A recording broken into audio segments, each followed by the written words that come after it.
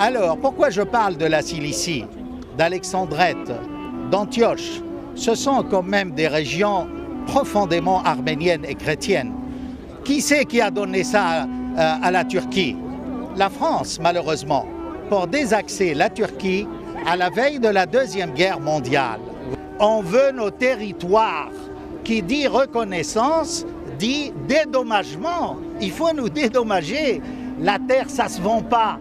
Hein? Ce n'est pas une histoire d'argent, c'est une histoire de territoire. Non, nous voulons nos territoires, nous voulons nos droits.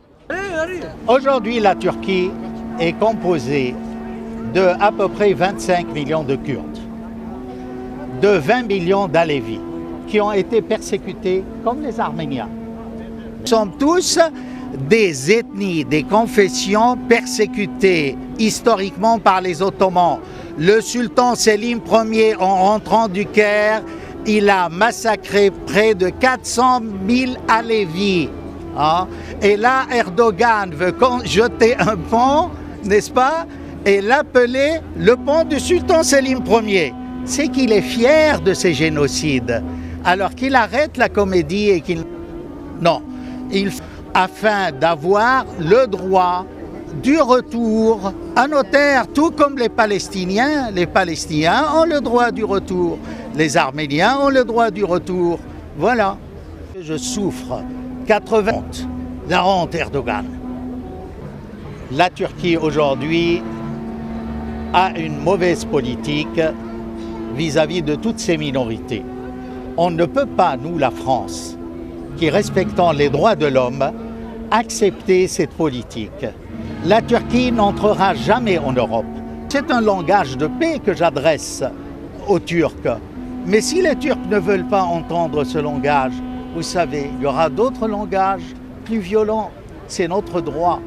C'est notre droit. L'animal défend son petit et sa mémoire. Pourquoi voulez-vous que nous, on oublie notre pays d'origine? On ne peut pas l'oublier. Basta, il faut que la France comprenne, cette Turquie n'est pas faite pour entrer en Europe. Elle ne croit pas aux droits de l'homme. Hein? Si elle respectait les droits de l'homme, ok, c'est pas le cas. Et il est schizophrène, ce Erdogan. Il est schizophrène. Comment il présente les excuses et en même temps il va massacrer les Arméniens à Kessab, au quartier Meydan d'Alep, à Deir ez-Zor? Qui a détruit le monument aux morts des Arméniens à Deir ez-Zor? C'est les djihadistes. Ils sont envoyés par qui? Par les Turcs. Hein? Qui a bombardé Ras el-Ain à la frontière syrienne? C'est l'artillerie lourde turque pour laisser les djihadistes payés par le Qatar et l'Arabie saoudite, n'est-ce pas? Hein? Attaquer le village et massacrer les gens et installer un État islamique terroriste qui n'a rien à voir avec la tolérance de l'islam. Voyez-vous? Quand est-ce que Fabius va se réveiller? Hein? Quand est-ce qu'il va se réveiller et se rendre compte de nos souffrances? Il ne s'est même pas fondu d'un seul mot, un petit mot, pour les Arméniens de Kessap. Hein?